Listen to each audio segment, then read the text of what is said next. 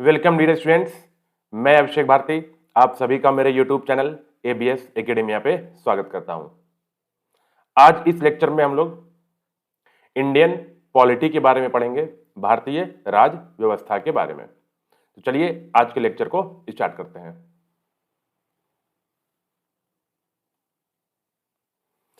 देखिए, जो Indian polity है, भारतीय राज व्यवस्था, इसे ही हम लोग कॉन्स्टिट्यूशन ऑफ इंडिया, भारत का संविधान कहते हैं। और भारत में जो सत्ता है या जिसको हम पावर बोलते हैं, पावर को 3 भागों में बांटा गया है।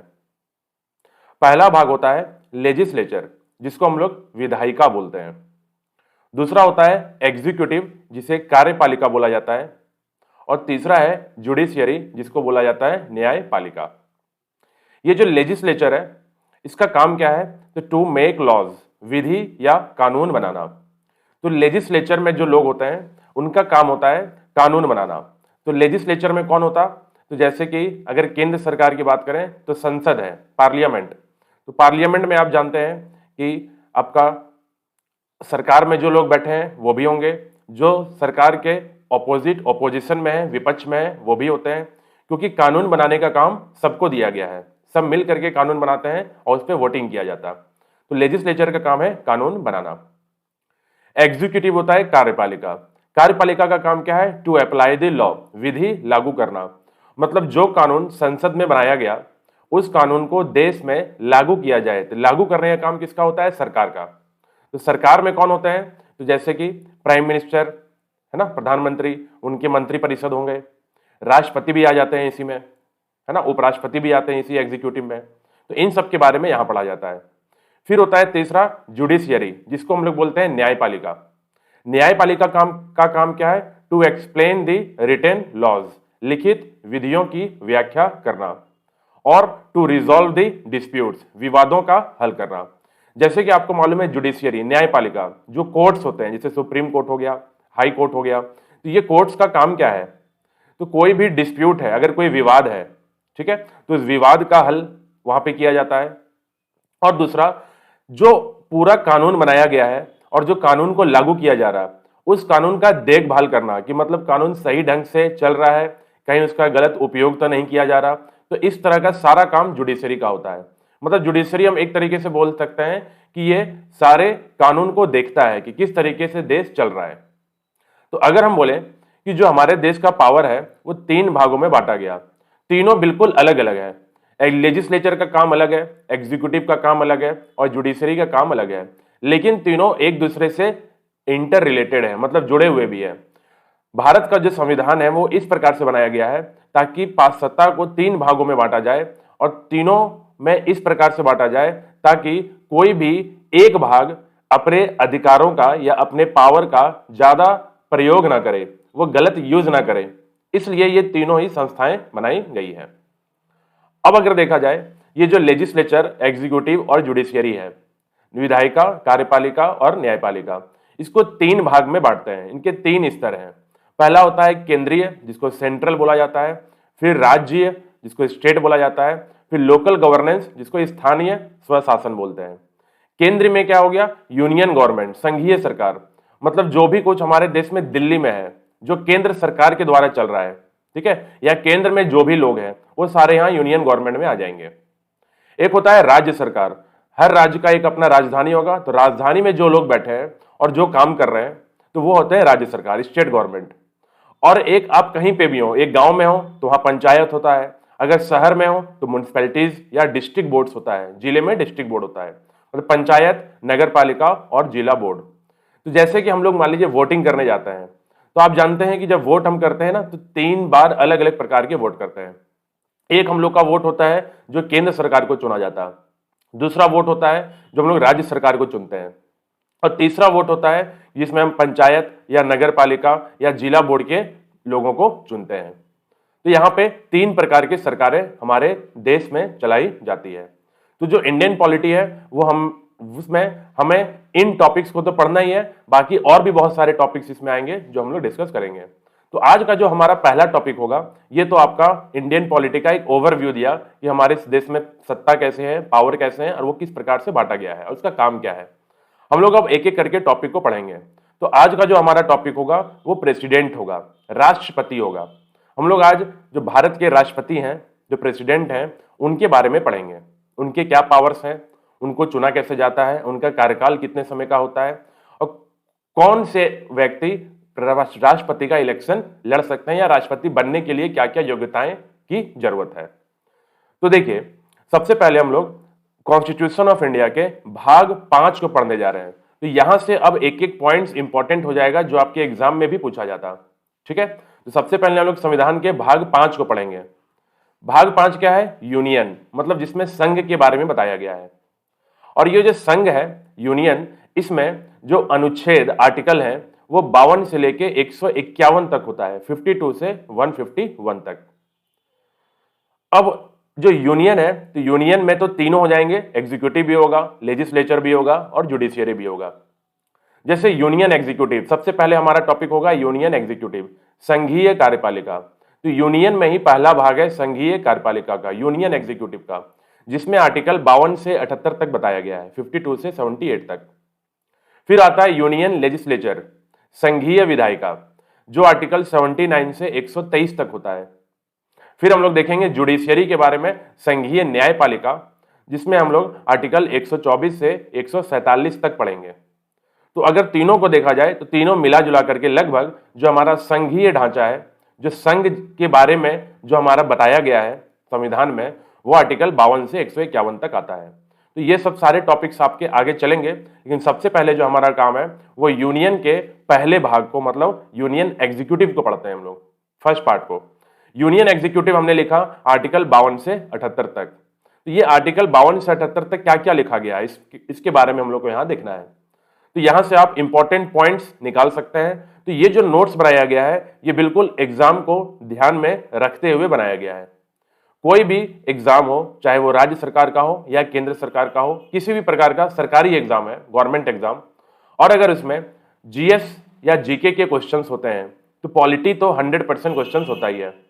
हर एग्जाम में आपको 2 से 3 सवाल पॉलिटी के दिख जाएंगे। ठीक है, तो उसी के हिसाब से ये नोट्स तैयार किया गया है, जिसमें हर एग्जाम के क्वेश्चंस आपको नजर आ जाए, ताकि इसको पढ़ लें तो सारे एग्जाम के क्वेश्चंस हमसे लगने लगे।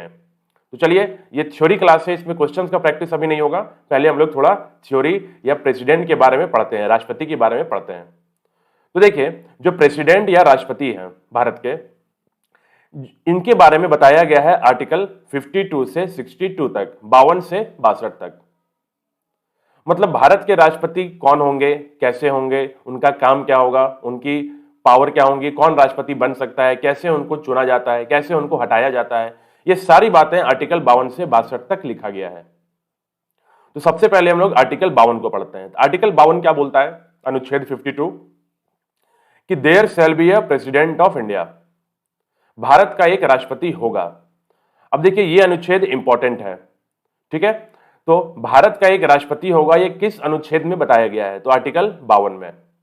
और ये जो प्रेसिडेंट का पोस्ट है, ये किस देश से लिया गया है? तो this post is taken from USA, यह पद यूएसए से लिया गया है।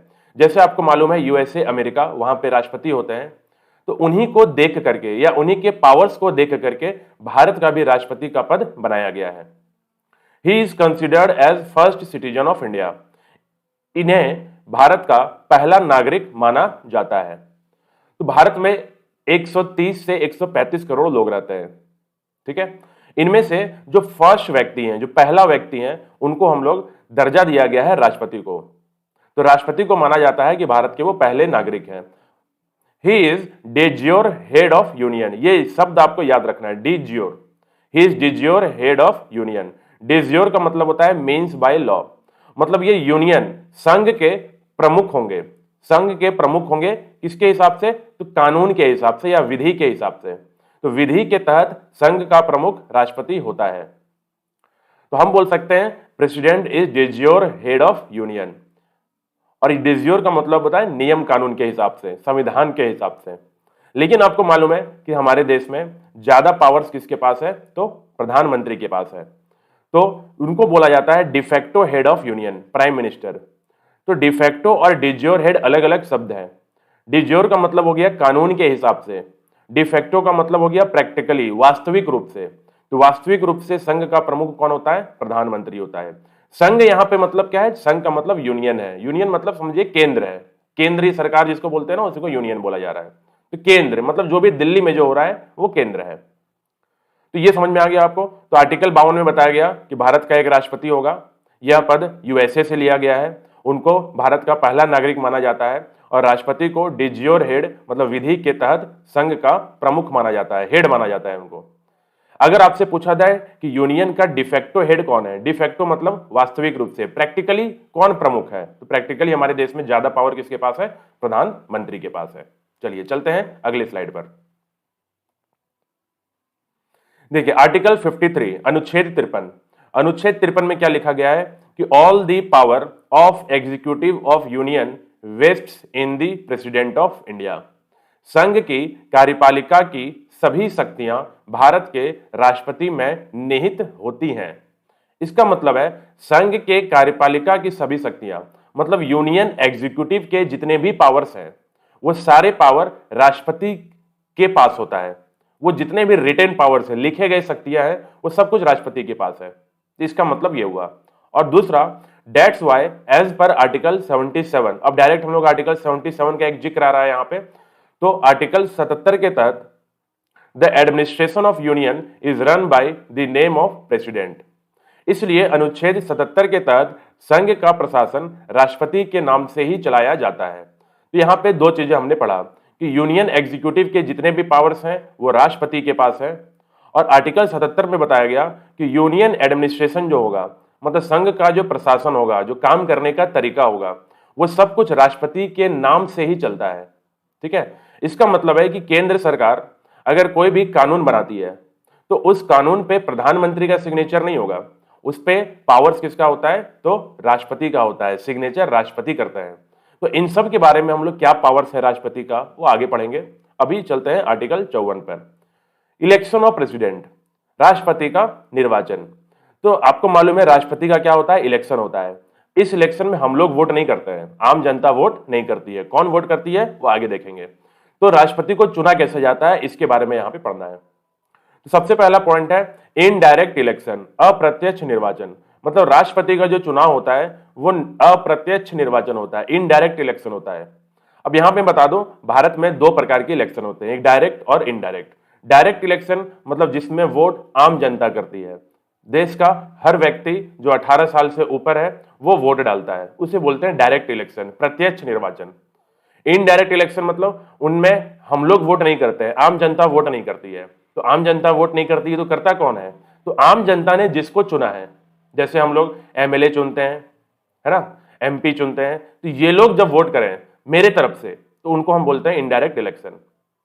तो देखिए जो राष्ट्रपति का जो निर्वाचन होता है इनके लिए इलेक्टोरल कॉलेज का बनाया गया है। इलेक्टोरल कॉलेज मतलब ये पढ़ने वाला कॉलेज नहीं है, एक नाम दिया गया है कि इस कॉलेज के अंदर कौन कौन होते हैं। इसको निर्वाचक मंडल समझ लीजिए, एक मंडल है या एक समझ लीजिए ग्रुप है, एक समूह है जिसका नाम दिया गया इलेक्टोरल कॉलेज, निर्वाचक मंडल। इस निर्वाचक मंडल में कौन कौन होंगे ये बहुत इंपॉर्टेंट पॉइंट्स हैं। कौन होंगे मतलब राष्ट्रपति को वोट कौन डालेगा? तो पहला elected members of the parliament, संसद के निर्वाचित सदस्य। मतलब संसद में, भारत के संसद में हर वो लोग जो अपने अपने क्षेत्र से चुनाव जीत कर पहुंचते हैं, ठीक है, या जिनको चुना गया है, जो चुन करके आए हैं, तो इनको बोला जाता है elected members of the parliament, संसद के निर्वाचित सदस्य। तो अभी आगे आपको पढ़ेंगे कि जो पार्लियामेंट में ना दो प्रकार के सदस्य होते हैं, एक होता है निर्वाचित, एक होता है मनोनीत। एक होता है इलेक्टेड मेंबर, एक होता है नॉमिनेटेड मेंबर। इसका मतलब पार्लियामेंट के क्या सारे लोग वोट डालते हैं? तो नहीं, पार्लियामेंट के सारे लोग वोट नहीं डालते, नॉमिनेटेड मेंबर वोट नहीं डालते। ठीक है, जिनको मनोनीत किया गया है वो लोग वोट नहीं डालते। किनको मनोनीत किया गया है वो लोग आगे पढ़ेंगे। तो अभी बस इतना समझिए कि संसद में हर बैठने वाला आदमी जो वहां पे है मेंबर ऑफ पार्लियामेंट या जिसको सांसद बोलते हैं, वो हर कोई वोट नहीं डालता, केवल वही सांसद वोट डालता जो चुन करके वहां पहुंचा है, जिनको इलेक्ट किया गया है, जिनको चुनाव से वहां पहुंचे हैं। दूसरा होता है elected members of state legislative assembly. State legislative assembly का मतलब हो गया राज्य विधानसभा के निर्वाचित सदस्य। तो जैसा केंद्र में संसद है उसी प्रकार के हर राज्य में क्या होता है? विधानसभा होता है। तो विधानसभा के जितने भी सदस्य हैं वो लोग वोट डालते हैं, लेकिन यहां पे भी केवल इलेक्टेड मेंबर जो निर्वाचित हैं वही वोट डालेंगे। बोलने का मतलब यहां पे भी कुछ लोग मनोनीत होते हैं, नॉमिनेटेड होते हैं, वो लोग वोट नहीं डालते। और तीसरा, elected members of legislative assembly of Delhi and Puducherry. Delhi और पुडुचेरी के जो असेंबलीज हैं इनके भी इलेक्टेड मेंबर्स वोट डालते हैं, केवल इलेक्टेड मेंबर्स। ये दिल्ली और पुडुचेरी को अलग से क्यों लिखा गया है, ये सभी राज्य के साथ क्यों नहीं आ गया, क्योंकि दिल्ली और पुडुचेरी पूर्ण राज्य का दर्जा इनको नहीं मिला है। ठीक है, तो दिल्ली और पुडुचेरी के विधानसभा के निर्वाचित सदस्य, ये विधानसभा के निर्वाचित सदस्य होते हैं। तो राष्ट्रपति के इलेक्शन में 3 प्रकार के लोग वोट डालेंगे और इन्हीं लोगों को नाम दिया गया इलेक्टोरल कॉलेज, ये निर्वाचक मंडल होते हैं। तो इलेक्टेड मेंबर्स पार्लियामेंट के, इलेक्टेड मेंबर्स विधानसभा के और इलेक्टेड मेंबर्स दिल्ली और पुडुचेरी के विधानसभा के। अब चलिए आर्टिकल 55, आर्टिकल 55 पर। आर्टिकल 55 में बोला गया है election process of the president, राष्ट्रपति के निर्वाचन की प्रक्रिया। जो राष्ट्रपति का जो निर्वाचन होता है, जो इलेक्शन होता है, उसका नियम क्या है, प्रक्रिया क्या है, क्या प्रोसेस से उनका चुनाव होता है। तो इनको इस प्रोसेस का नाम दिया गया है, प्रोसेस का नाम आपको याद रखना है, single transferable indirect voting system, एकल संक्रमणीय अप्रत्यक्ष मतदान प्रणाली। अप्रत्यक्ष मतदान प्रणाली, तो एकल संक्रमणीय अप्रत्यक्ष मतदान प्रणाली, single transferable indirect voting system. और ये जो सिस्टम है, ये सिस्टम हमारे आयरलैंड देश से लिया गया है। तो एक आयरलैंड देश है, वहां से इस सिस्टम को उठाया गया। अब आपको ये बिल्कुल नहीं समझना है कि ये single transferable indirect voting system क्या है, क्योंकि इतना डिटेल नहीं पूछा जाता है। बस आप केवल ये याद रखिए कि इनका जो प्रोसेस है, प्रक्रिया का नाम क्या है, ये नाम लिया कहां से गया है, या ये प्रक्रिया लिया कहां से गया है, तो आयरलैंड से। चलिए अब आर्टिकल 56 को देखते हैं, वेरी इंपॉर्टेंट। ठीक है, इंपॉर्टेंट है ये भी, कि जो राष्ट्रपति का कार्यकाल होगा वो कितने साल का होगा। तो आपको मालूम है कोई भी भारत के राष्ट्रपति 5 साल तक रहते हैं, तो 5 साल इनका कार्यकाल होता है।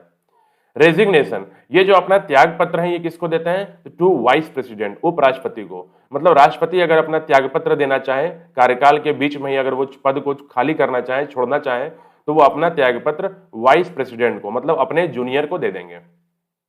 आर्टिकल 57, प्रोविजन ऑफ री इलेक्शन ऑफ प्रेसिडेंट, ये इतना कोई खास इंपॉर्टेंट नहीं है। राष्ट्रपति के पुनः निर्वाचन का प्रावधान, मतलब कोई भी राष्ट्रपति अगर उसका एक कार्यकाल खत्म हुआ तो वो दोबारा भी इलेक्शन लड़ सकता है और दोबारा भी राष्ट्रपति बन सकता है। मतलब भारत देश में कोई भी राष्ट्रपति कितनी बार भी इलेक्शन लड़ सकता है, इसका कोई फिक्स टर्म नहीं है। मतलब कोई ये फिक्स नहीं है कि हाँ ये राष्ट्रपति एक ही बार इलेक्शन लड़ेगा। जैसे कि आपको मालूम है अमेरिका, यूएसए में कोई भी राष्ट्रपति 2 बार ही चुनाव लड़ सकते हैं राष्ट्रपति का।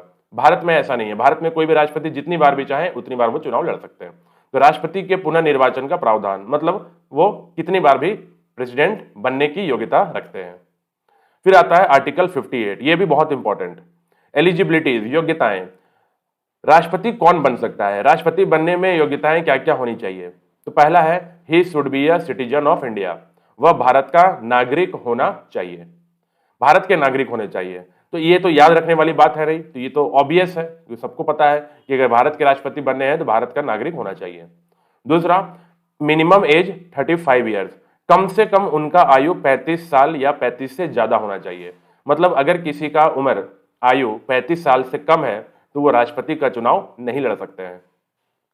He should not attend any post of profit, अब ये एक ऐसी बात है जो हर जगह लागू होगा। ठीक है, तो ये हर जगह लागू होता है, वह किसी भी लाभ के पद पर नहीं होना चाहिए। बोलने का मतलब किसी के लाभ पद पर नहीं होना चाहिए का मतलब होता है कि अगर वो एक पद पर हैं, अगर वो कहीं से भी उनको सरकारी सैलरी मिल रहा है, ठीक है, तो अगर वो राष्ट्रपति के चुनाव में लड़ने जा रहे हैं, अगर वो राष्ट्रपति चुने गए, वो बन गए, तो उनको पुराना पद खाली करना पड़ेगा। मतलब एक आदमी भारत के किसी भी 2 सरकारी पदों पर नहीं बैठ सकता है, इसका मतलब साफ साफ ये होता है। He should be eligible to a member of Lok Sabha, ये भी बहुत इंपॉर्टेंट पॉइंट है कि राष्ट्रपति वही बन सकता है जिसको लोकसभा के सदस्य बनने की योग्यता रखता हो। वो इंसान जो लोकसभा के सदस्य बनने की योग्यता रखता है वो राष्ट्रपति का चुनाव लड़ सकता। हाँ, लेकिन कुछ एक्स्ट्रा बातें हैं कि उसका एज कम से कम 35 साल होना चाहिए, बस।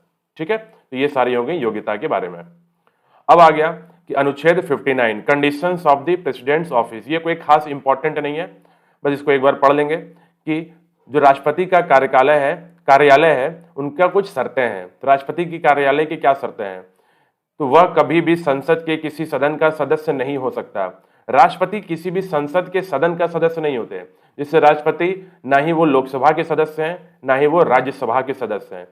राष्ट्रपति किसी भी संसद के सदन का हिस्सा नहीं है। तो आप बोलोगे सर ऊपर तो लिखा था कि वो लोकसभा के सदस्य बनने की योग्यता रखता हो। हाँ, तो योग्यता रखता हो पर हो नहीं, मतलब वो लोकसभा का सदस्य नहीं हो सकता। योग्यता रखता हो तो वो इलेक्शन लड़ सकता है और वो राष्ट्रपति बन सकता है। His salaries and allowances cannot be reduced. इसके वेतन और भत्तों में कभी कमी नहीं की जा सकती। मतलब जो व्यक्ति एक बार भारत का राष्ट्रपति चुना जा चुका है, उनका वेतन या जो भी उनको भत्ते मिलते हैं, है ना, उनको कम नहीं किया जा सकता कार्यकाल के दौरान। वो जितने दिन भी 5 साल तक अगर राष्ट्रपति रहेंगे तो जो वेतन और भत्ते मिल रहे थे वो वैसे ही मिलते रहेंगे। चलिए चलते हैं अगले पे। तीसरा पॉइंट देखिए, ये जो लाइन है इसका इंग्लिश वाला भाग ऊपर कट गया है, कोई बात नहीं, ये कोई खास पॉइंट है नहीं। इसमें लिखा हुआ है कि राष्ट्रपति कार्यालय सदैव राष्ट्रीय राजधानी या राष्ट्रीय न्यायालय के समीप होना चाहिए। क्योंकि राष्ट्रपति का जो कार्यालय होता है वो हमेशा राष्ट्रीय राजधानी मतलब दिल्ली या सर्वोच्च न्यायालय सुप्रीम कोर्ट के हमेशा नजदीक होना चाहिए। तो बोलने का मतलब हुआ कि राष्ट्रपति का जो भवन होता है या राष्ट्रपति का जो ऑफिस होता है वो हमेशा राजधानी में होगा और सुप्रीम कोर्ट के नजदीक होगा, जैसा कि अभी है। He will be entitled for government residence and travel allowance. वह एक सरकारी भवन एवं यात्रा भत्ते का भोगी होगा। जो राष्ट्रपति होंगे उनको एक सरकारी भवन दिया जाएगा और जो भी वो ट्रेवल कहीं भी करते हैं देश भर में या देश के बाहर, तो उनको वो भत्ते दिए जाते हैं, अलाउंस दिया जाता है। ये सब कोई खास पॉइंट है नहीं, ये सब कम ही पूछता है। अब नेक्स्ट देखिए, ये बहुत इंपॉर्टेंट पॉइंट, आर्टिकल 60। आर्टिकल 60 में बोला गया है ओथ या शपथ। राष्ट्रपति को शपथ कौन दिलाता है? तो राष्ट्रपति को शपथ दिलाया जाता है by chief Justice of India, Bharat के मुख्य न्यायाधीश के द्वारा। जैसे कि सुप्रीम कोर्ट में जो सबसे मुख्य न्यायाधीश होते हैं उनको बोला जाता है चीफ जस्टिस ऑफ इंडिया। सर्वोच्च न्यायालय सुप्रीम कोर्ट में, तो सुप्रीम कोर्ट का जो सबसे बड़ा जस्टिस है, जो न्यायाधीश हैं, वही राष्ट्रपति को शपथ दिलाते हैं। आर्टिकल 61 इम्पीचमेंट, महाभियोग, ये भी इंपॉर्टेंट है। इम्पीचमेंट महाभियोग क्या होता है? तो राष्ट्रपति को हटाने की प्रक्रिया। अगर भारत के संसद को या जो संसद के सदस्य हैं उनको लगता है कि राष्ट्रपति बढ़िया काम नहीं कर रहे या राष्ट्रपति के वो कार्यों से संतुष्ट नहीं है, तो वो चाहे तो राष्ट्रपति पर महाभियोग चला सकते हैं या इम्पीचमेंट चला सकते हैं। इम्पीचमेंट क्या होता है, नहीं होता है, इतनी जानकारी की जरूरत नहीं है, बस इतना याद रखिए, राष्ट्रपति को अगर हटाना है तो हटाने के प्रोसेस का नाम है महाभियोग, इम्पीचमेंट। आर्टिकल 62 ये भी इंपॉर्टेंट हो गया। The vacant post of the president should be refilled with in 6 months. राष्ट्रपति का खाली पद पुनः 6 महीने के अंदर भर जाना चाहिए, ये याद रखिएगा, 6 महीने। देखिए, अगर कोई राष्ट्रपति का अगर कार्यकाल के बीच के दौरान ही मान लीजिए देहांत हो गया या राष्ट्रपति अपने पद को छोड़ दिए, उन्होंने इस्तीफा दे दिया, या राष्ट्रपति को इम्पीचमेंट करके हटा दिया गया, महाभियोग ला करके उनको हटा दिया गया, तो राष्ट्रपति का पद क्या होगा? अचानक से खाली हो जाएगा। तो राष्ट्रपति का जब अचानक से पद खाली हो जाएगा तो उस पद का काम करेगा कौन? तो तुरंत ही वाइस प्रेसिडेंट वो काम करने लगते हैं। लेकिन ये जो उपराष्ट्रपति हैं, क्या वो उपराष्ट्रपति सदैव राष्ट्रपति बने रहेंगे क्या? तो नहीं, सिर्फ 6 महीने तक। 6 महीने के भीतर भीतर एक नया राष्ट्रपति चुन लिया जाना चाहिए। इसका मतलब ये होता है कि 6 महीने के अंदर एक नया राष्ट्रपति चुन लिया जाना चाहिए। 6 महीने तक चाहे तो भारत के उपराष्ट्रपति राष्ट्रपति का काम कर सकते हैं। अब आता है सब इंपॉर्टेंट, ये सारे जितने हम लोग अब यहाँ पे पढ़ेंगे सारे इंपॉर्टेंट पढ़ेंगे। तो पावर्स ऑफ प्रेसिडेंट, राष्ट्रपति की शक्तियां। राष्ट्रपति जो हमारे भारत के राष्ट्रपति हैं उनके पास क्या क्या शक्तियां हैं? तो पहला, कुछ सामान्य शक्तियां होती हैं जिनको कॉमन पावर्स बोलते हैं। देखिए, पहला पावर होता है एग्जीक्यूटिव पावर, कार्यकारी शक्तियां। तो क्योंकि हम लोग यूनियन एग्जीक्यूटिव पढ़ रहे थे, याद है, संघीय कार्यपालिका, तो कार्यपालिका मतलब कार्यकारी शक्तियां क्या है? तो पहला, एज पर आर्टिकल 53, हमने 53 पहले पढ़ा कि all the powers of executive of union wastes in the president. अनुच्छेद 53 के तहत संघ के कार्यपालिका की सभी शक्तियां राष्ट्रपति में निहित होती हैं, ये हमने पहले ही पढ़ लिया है। आर्टिकल 75, आर्टिकल 75 क्या बताता है कि prime minister is appointed by president and council of minister is appointed by president with an advice of prime minister. राष्ट्रपति की नियुक्ति प्रधानमंत्री की नियुक्ति राष्ट्रपति द्वारा की जाती है और मंत्रिपरिषद की नियुक्ति प्रधानमंत्री की सलाह से राष्ट्रपति द्वारा की जाती है। अगर मैं आपसे यहां सवाल पूछूं कि क्या प्रधानमंत्री का चुनाव होता है क्या, तो आप में से ज्यादातर लोग बोलेंगे कि हाँ, प्रधानमंत्री का चुनाव तो होता है, लेकिन मैं आपको बता दूं कि प्रधानमंत्री का चुनाव कभी नहीं होता है। जब हम चुनते हैं तो हम सांसद को चुनते हैं, मतलब मेंबर ऑफ पार्लियामेंट को चुनते हैं, लोकसभा के मेंबर ऑफ पार्लियामेंट को। जैसे कि आपको मालूम है कि जैसे 2019 में इलेक्शन हुआ, ठीक है, तो 2019 में इलेक्शन हुआ तो आप में से बहुत सारे लोग अगर वोट देने गए होंगे तो आप वोट किसको दिए थे? क्या प्रधानमंत्री नरेंद्र मोदी को दिए थे या अपने क्षेत्र के जो सांसद अलग अलग पार्टियों के खड़े होते हैं उनको वोट किए थे? तो आप में से ज्यादातर जानते हैं कि आप जब वोट देने जाते हैं तो प्रधानमंत्री को वोट नहीं करते हैं, आप अपने क्षेत्र के किसको चुनते हैं? तो अपने क्षेत्र के सांसद को चुनते हैं, ठीक है। अब जब हर पार्टी का अपना अपना सांसद जब इलेक्शन का रिजल्ट होता है तो जीत जाता, और बहुत सारे सांसद जीत करके अपने लोकसभा पे पहुंचते हैं, ठीक है। तो सब पार्टी मिलकर डिसाइड करती है, अपने अपने पार्टी, जिस पार्टी का ज्यादा वोट होगा या ज्यादा सीट्स होंगे वो लोग डिसाइड करेंगे, सब मिल करके एक मीटिंग करते हैं कि हमारा प्रधानमंत्री ये होगा। जैसे बीजेपी अगर 2019 का इलेक्शन जीती तो बीजेपी के सारे जो एमपी हैं, जो सांसद हैं, ये लोग बैठ करके डिसाइड किए कि हमारा जो प्रधानमंत्री होगा वो नरेंद्र मोदी होगा। फिर वो पार्टी राष्ट्रपति के पास जाती है, बोलती है कि हम लोग इलेक्शन जीते हैं, हमारे पास सबसे ज्यादा सीट्स हैं जीता हुआ, और अगर हमारे पास सबसे ज्यादा सीट है तो हमें प्रधानमंत्री बनने का मौका दिया जाए, और इस पार्टी का जो प्रधानमंत्री होगा वो मान लीजिए नरेंद्र मोदी होंगे। तो प्रेसिडेंट क्या करता है? तो प्रेसिडेंट जो है वो जो प्रेसिडेंट है वो प्रधानमंत्री का अपॉइंट करता है, प्रधानमंत्री को अपॉइंट किया जाता है। देखिए, प्रधानमंत्री की नियुक्ति की जाती है, प्रधानमंत्री को चुना नहीं जाता, इलेक्शन नहीं होता प्रधानमंत्री का, नियुक्त किया जाता। मतलब राष्ट्रपति जो है उनको लगा कि ये पार्टी सबसे बड़ी पार्टी है, इनको सबसे ज्यादा सीट्स मिला है, तो इनका जो प्रधानमंत्री, ये लोग जो मिलकर डिसाइड किए, प्रधानमंत्री उनके पेपर में साइन कर देंगे कि हाँ, ये देश का प्रधानमंत्री बन गया। तो प्रधानमंत्री की नियुक्ति राष्ट्रपति द्वारा की जाती है। अब केवल सरकार में केवल प्रधानमंत्री तो नहीं होते, और भी बहुत सारे उनके मंत्री भी होते हैं, उनको मंत्री परिषद कहा जाता है। तो जो मंत्री परिषद की नियुक्ति है वो कौन करता है? तो वो भी राष्ट्रपति ही करते हैं, लेकिन प्रधानमंत्री की सलाह पर। तो अगला काम क्या होगा कि प्रधानमंत्री एक लिस्ट तैयार करेंगे कि कौन कौन सा मंत्रालय किसे दिया जाए, किसे मंत्री बनाया जाए, और वो लिस्ट जो होता है वो राष्ट्रपति के पास जाता है, राष्ट्रपति उस पर साइन कर देता है।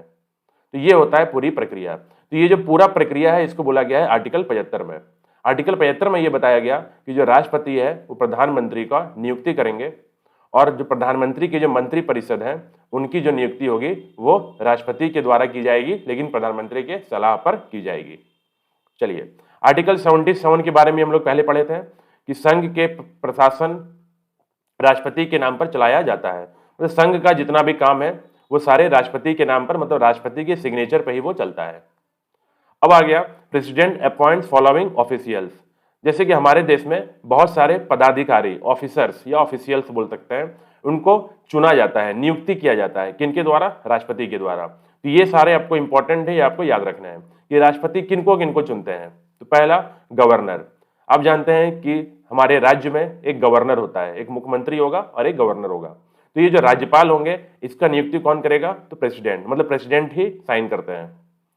जजेस of Supreme Court and High court, सर्वोच्च न्यायालय एवं उच्च न्यायालय के न्यायाधीश, तो जितने भी जज हैं सुप्रीम कोर्ट और हाई कोर्ट के, इनका भी नियुक्ति राष्ट्रपति के द्वारा किया जाता है।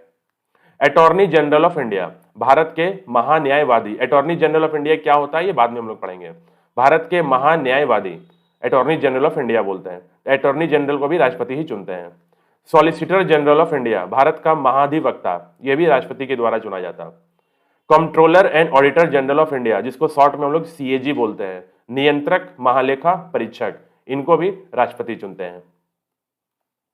Chief election commissioner and election commissioners of India, Bharat का मुख्य निर्वाचन आयुक्त एवं निर्वाचन आयुक्त। जो निर्वाचन आयुक्त है मतलब जो इलेक्शन कराने का जिसका काम है, तो इसका जो मुखिया है, जो प्रमुख है, उसको बुलाया जाता है चीफ इलेक्शन कमिश्नर। और उनके अंतर्गत बहुत सारे इलेक्शन कमिश्नर्स होते हैं, है ना, निर्वाचन आयुक्त होते हैं, इन सबको भी राष्ट्रपति चुनते हैं। चेयरमैन ऑफ यूपीएससी, जानते हैं यूनियन पब्लिक सर्विस कमीशन, संघ लोक सेवा आयोग, तो संघ लोक सेवा आयोग का जो अध्यक्ष होगा, चेयरमैन होगा, उन्हें भी। हेड्स ऑफ मिलिट्री फोर्सेज, जो हमारे मिलिट्री फोर्स है, जैसे थल सेना है, वायु सेना है ना, तो इन सब का जो हेड होगा, तो इन सैन्य बलों का प्रमुख, इनको भी राष्ट्रपति ही चुनेंगे। चेयरमैन ऑफ फाइनेंस कमीशन, वित्त आयोग का अध्यक्ष, वित्त आयोग फाइनेंस कमीशन जो होता है इनका chairman. Ambassador and high commissioners in Indian embassy, भारतीय दूतावास मतलब जो विदेशों में अलग अलग देशों में हमारे भारत का एम्बेसी होता है, मतलब दूतावास होता है, जहां पे भारत के एम्बेसडर्स या हाई कमिश्नर्स बैठते हैं। ठीक है, तो उनके जो वहां पे जो एम्बेसडर और हाई कमिश्नर बैठते हैं, जिनका वो कार्यालय होता है, मतलब जिसको राजदूत और उच्चायुक्त कहा जाता है, इन सभी को भी राष्ट्रपति ही चुनते हैं। तो आपने देखा कि जितने भी इंपॉर्टेंट या महत्वपूर्ण पद हैं जो दिल्ली के अंतर्गत आता है, मतलब यूनियन केंद्र में जो आता है, उन सब को कौन चुनते हैं? राष्ट्रपति, क्योंकि सारा पावर राष्ट्रपति के पास है। अब आ जाइए मिलिट्री पावर्स, सैन्य शक्तियां। जो सैन्य शक्तियां हैं, तो आपको मालूम है सैन्य शक्तियां भी किसके पास है? राष्ट्रपति के पास है। तो आर्टिकल 53 का दूसरा भाग, इसको 53 ब्रैकेट में 2 लिखते हैं, यहाँ पर अनुच्छेद 53 का दूसरा भाग, इसमें लिखा गया है कि president is the head commander of the military forces of India, मतलब राष्ट्रपति भारत के सैन्य बलों का प्रधान सेनापति होता है। तो भारत में जो सैन्य बल हैं, ठीक है, चाहे वो नेवी हो, आर्मी हो या एयरफोर्स हो, 3 प्रकार के सैन्य बल हैं। इन तीनों का जो सेनापति होगा वो किससे माना जाता है? राष्ट्रपति को, मतलब उनको हेड माना जाता है। Only president has the power to announce and cancel the war, सिर्फ राष्ट्रपति ही युद्ध के शुरू और समाप्त होने की घोषणा कर सकते हैं। अगर हमारे देश का युद्ध किसी के साथ हो जाए, ठीक है, तो युद्ध की शुरुआत करना है और युद्ध की समाप्ति करना है, तो ये सारा काम किनके पास होगा? राष्ट्रपति के पास होगा। इसलिए आप बीच बीच में न्यूज देखते हैं कि जब भी बॉर्डर पर इंडिया पाकिस्तान या इंडिया चाइना से कोई भी प्रॉब्लम शुरू होता है, तो प्रधानमंत्री का सबसे पहले वो राष्ट्रपति के पास जाते हैं। वो इसलिए जाते हैं उनको बताने के लिए कि देश में क्या हो रहा है या सीमा पर क्या चल रहा है, ताकि राष्ट्रपति को सभी जानकारी हो, है ना। तो ये ऐसा हमेशा बीच बीच में ऐसा न्यूज आता रहता होगा। तो वो इसलिए जाते हैं क्योंकि राष्ट्रपति के पास पावर है, उनको सारा नॉलेज होना चाहिए कि वॉर में क्या हो रहा है, वॉर को खत्म करना है या शुरुआत करना है, ये सब चीजें। फिर आता है फॉरेन पावर्स, वैदेशिक शक्तियां। तो कुछ ऐसे पावर्स जो विदेश से रिलेटेड अन्य देशों के साथ है, वो सारी शक्तियां भी राष्ट्रपति के पास है। जैसे कि राष्ट्रपति अंतर्राष्ट्रीय संबंधों में भारत का प्रतिनिधि होता है। जैसे भी कोई भी देश, 2 देश हैं, जैसे भारत का किसी दूसरे देश के साथ मान लीजिए कोई संधि हुआ, है ना, या कुछ पेपर साइन हुए, तो उन सब पे जो सिग्नेचर होगा वो किसका होगा? प्रेसिडेंट का होगा, वो भारत का हेड होंगे। तो राष्ट्रपति अंतर्राष्ट्रीय संबंधों मतलब इंटरनेशनल रिलेशंस, जो दूसरे देश के साथ जो रिलेशन है, उसमें प्रतिनिधि कौन होते हैं? राष्ट्रपति ही होते हैं। All the pacts and treaties are made by the name of president, सभी अंतर्राष्ट्रीय समझौते एवं संधियां राष्ट्रपति के नाम से की जाती है। तो जो भी समझौता या संधि होगा 2 देशों के बीच में, उस पे भारत के राष्ट्रपति का ही सिग्नेचर होगा, उनके ही नाम से किया जाता है वो। फिर आता है जुडिशियल पावर। जुडिशियल पावर क्या हो गया? न्यायिक शक्तियां। तो ऑल जजेस of Supreme Court and High Court are appointed by president. आपने अभी पहले पढ़ा कि सर्वोच्च न्यायालय और उच्च न्यायालय के जितने भी न्यायाधीश हैं, इनको कौन चुनता है, नियुक्त कौन करता है? तो राष्ट्रपति। आर्टिकल 143 143 में बताया गया है कि president can take advice from Chief Justice of India, राष्ट्रपति मुख्य न्यायाधीश से सलाह ले सकते हैं। जैसे कि राष्ट्रपति ने मान लीजिए एक मुख्य न्यायाधीश चुन दिया सुप्रीम कोर्ट का, लेकिन सुप्रीम कोर्ट और हाई कोर्ट में और भी बहुत सारे जजेस हैं जिनको चुनना है, तो उनको चुनने के लिए राष्ट्रपति खुद तो सारा काम नहीं करेंगे, तो वो मुख्य न्यायाधीश से क्या करते हैं? सलाह लेते हैं। तो ये आर्टिकल 143 में बताया गया। ये सब सारे इंपॉर्टेंट आर्टिकल्स नहीं है, ठीक है। फिर आता है लेजिस्लेटिव पावर, तो जुडिशियल पावर में हो गया ये भी खत्म। आता है 5वां लेजिस्लेटिव पावर, विधायिक शक्तियां, मतलब विधायिका से रिलेटेड, कानून बनाने से रिलेटेड, जो कानून बनाने का काम है लेजिस्लेचर का, उनमें इनका क्या पावर है? तो आर्टिकल 79 में बताया गया है। आर्टिकल 79 में president is an integral part of parliament, राष्ट्रपति संसद के अभिन्न अंग होता है। तो भारत के जो राष्ट्रपति हैं वो संसद का अभिन्न अंग होंगे। अभिन्न अंग होने का बोलने का मतलब कि जो हमारा संसद है वो आगे चल के आप पढ़ेंगे कि 3 भागों से बना हुआ है। भारत का संसद में जो सबसे पहले आते हैं वो राष्ट्रपति, दूसरा आता है राज्यसभा और फिर होता है लोकसभा। तो भारत का संसद 3 चीजों से मिलकर बना है, राष्ट्रपति से, लोकसभा से और राज्यसभा से। तो क्या राष्ट्रपति लोकसभा राज्यसभा के सदस्य हो गए क्या? तो नहीं, राष्ट्रपति इन सब से ऊपर है, वो लोकसभा राज्यसभा के सदस्य नहीं होंगे। अगर वो सदस्य होंगे तो वो तो बाकी लोगों के बराबर में आ गए ना उनका पद, तो उनका पद सबसे ऊपर है। तो ये होता है। Article 85 president calls both the houses of parliament for session. आप जानते हो कि हर साल जो सेशंस होते हैं, जो संसद में जो सदन लगता है, वो सदन के लिए भी जो बुलाया जाता है लोगों को या सांसदों को, वो राष्ट्रपति ही बुलाते हैं। मतलब जो पार्लियामेंट में कोई भी सेशन चल रहा है, वो सदन चल रहा है, वो सदन बुलाएगा कौन? तो राष्ट्रपति बुलाएंगे। तो राष्ट्रपति ही संसद के दोनों सदनों के सत्र के लिए बुलाता है। Article 86 speech of president in parliament. राष्ट्रपति के पास पावर है पार्लियामेंट में, संसद में भाषण देने का, अभिभाषण देने का। ठीक है, वो कब देते हैं भाषण, वो हम लोग बाद में पढ़ेंगे। Article 108 joint session called by president. Article 108 के अंतर्गत बताया गया कि राष्ट्रपति द्वारा बुलाए जाने वाला संयुक्त अधिवेशन। कभी कभी ऐसा होता है कि राष्ट्रपति को अगर लगे कि कोई ऐसा बिल है जो पास करना जरूरी है या कोई ऐसा कानून बनाना जरूरी है, लेकिन कानून बन नहीं पा रहा है क्योंकि लोकसभा और राज्यसभा के बीच में वो लटका हुआ है, तो राष्ट्रपति क्या करते हैं? अपने पावर का यूज करते हैं कि दोनों सदनों को एक साथ बुला करके वोटिंग करा लेते हैं। लोकसभा राज्यसभा के दोनों ही सदस्य एक साथ बैठेंगे और साथ में ही वोटिंग हो जाएगा, ताकि बिल है या जो भी कानून बन रहा है वो पास हो या ना हो। तो ये सारे पावर्स इनके होते हैं। Powers of appointment in parliament. देखिए, संसद में नियुक्ति की शक्तियां। राष्ट्रपति के पास कुछ ऐसे भी पावर है जिसमें वो पार्लियामेंट में, संसद में चुनने का, किसी को नियुक्त करने की शक्तियां। तो किनको चुनते हैं? तो article 80 very important, nomination of 12 members in Rajya Sabha by the president. राष्ट्रपति द्वारा राज्यसभा में 12 सदस्यों का मनोनयन। तो जैसे कि राज्यसभा में जो सदस्य हैं, तो सारे सदस्यों में से 12 सदस्य ऐसे होंगे जो इलेक्शन जीत के नहीं जाएंगे, वो कहीं इलेक्शन नहीं लड़ेंगे, उनको राष्ट्रपति अपने मन से चुनते हैं। अब ये किनको चुनते हैं? तो आप जानते हैं कि भारत देश में कोई भी किसी भी क्षेत्र में बढ़िया काम कर रहा हो और राष्ट्रपति चाहते हैं कि ये व्यक्ति इतना बढ़िया काम कर रहा, इसको संसद में होना चाहिए, तो वो क्या करेंगे? 12 ऐसे लोगों को चुन करके राज्यसभा में बैठा सकते हैं, मतलब राज्यसभा के सांसद का उनको पद दे सकते हैं। इनको बोला जाता है नॉमिनेशन।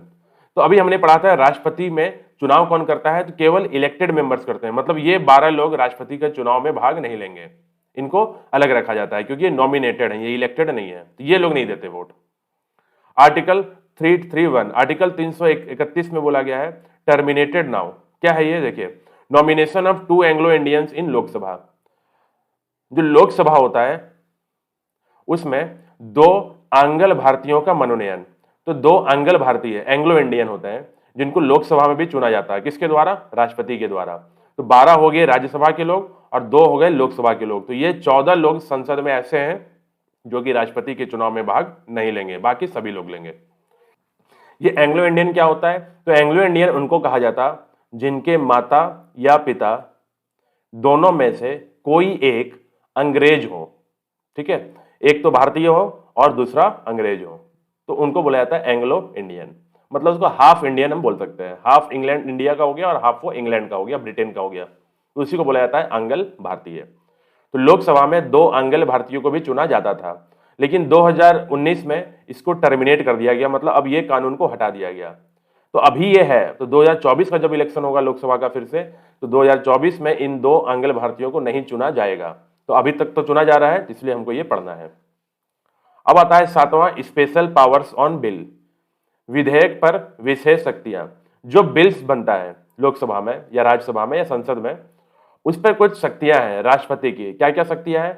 तो आर्टिकल 111 में बोला गया है वीटो पावर। वीटो पावर क्या होता है? तो इसके बारे में एक एक करके मैं समझा दूंगा। तो आर्टिकल 111 में वीटो पावर है, ये भी इंपॉर्टेंट है। एक होता है एब्सोल्यूट वीटो, इसको हिंदी में बोलते हैं आत्यंतिक वीटो। मतलब कोई भी बिल मान लीजिए संसद में पास हुआ और राष्ट्रपति को लगता है कि ये बिल देश के लिए बढ़िया नहीं है, तो वो चाहे तो उस बिल पे साइन करने से मना कर देंगे। साइन करने से मना कर देंगे मतलब एब्सोल्यूट वीटो। उनके पास ये पावर है कि वो चाह लें कि ये बिल अगर पास नहीं होगा तो नहीं होने देंगे, वो साइन ही नहीं करेंगे ताकि कानून ना बने। तो बिल तो पास हो गया, लेकिन कानून बनने के लिए राष्ट्रपति का साइन चाहिए, और राष्ट्रपति ने साइन करने से मना कर दिया, साफ साफ मना कर दिया, तो इसको बोला जाता है एब्सोल्यूट वीटो। एक होता है सस्पेंसरी वीटो, जिसको बोलते हैं निलंबनकारी वीटो। इसमें पूर्ण विचार होता है। बोलने का मतलब वो जो बिल है उसको वापस भेज दिया जाता है संसद में कि आप इस पे पूर्ण विचार करिए, ठीक है, और इसको सही करिए। तीसरा होता है पॉकेट वीटो। पॉकेट वीटो बोलते हैं जेबी वीटो, कुछ राय न देना। राष्ट्रपति के पास बिल गया, वो राष्ट्रपति ने उसको अपने पॉकेट में रख लिया, बोलने का मतलब वो कोई राय ही नहीं दिए, ना हाँ बोले ना बोले उस पर, ना वो वापस भेजे, तो उसको बोलते हैं पॉकेट वीटो। फिर आता है पार्डन पावर, क्षमा दान करने की शक्ति। यह आर्टिकल 72 में है। जैसे सुप्रीम कोर्ट ने किसी पर मृत्युदंड लगा दिया या मृत्युदंड देने का आदेश दिया, तो वो व्यक्ति राष्ट्रपति के पास जाता है क्षमा मांगने के लिए, तो राष्ट्रपति चाहे तो उसको क्षमा कर सकते हैं, या उसका जो दंड है उसको दंड को कम कर सकते हैं, जो भी पनिशमेंट मिला है उसको घटा सकते हैं। तो ये क्षमा दान करने की शक्ति कहा जाता है। ये आर्टिकल 72 में है। किसके पास है? राष्ट्रपति के पास। फिर आता है ऑर्डिनेंस पावर, अध्यादेश जारी करने की शक्ति। आर्टिकल 123 में बताया गया है इसको, ये भी इंपॉर्टेंट है। अध्यादेश जारी करने की शक्ति क्या होता?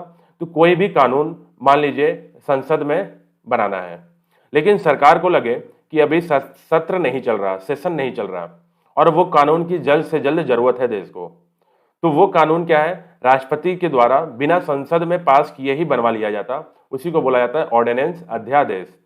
और ये 6 महीने के लिए कोई कानून होता, मतलब ये कानून सिर्फ 6 महीने तक ही लागू रह सकता है। तो 6 महीने से ज्यादा लागू करना है तो क्या करना होगा? तो सत्र में 6 महीने से पहले किसी भी सत्र में इसको बिल को पास करवा करके इसको कानून बनाना पड़ेगा।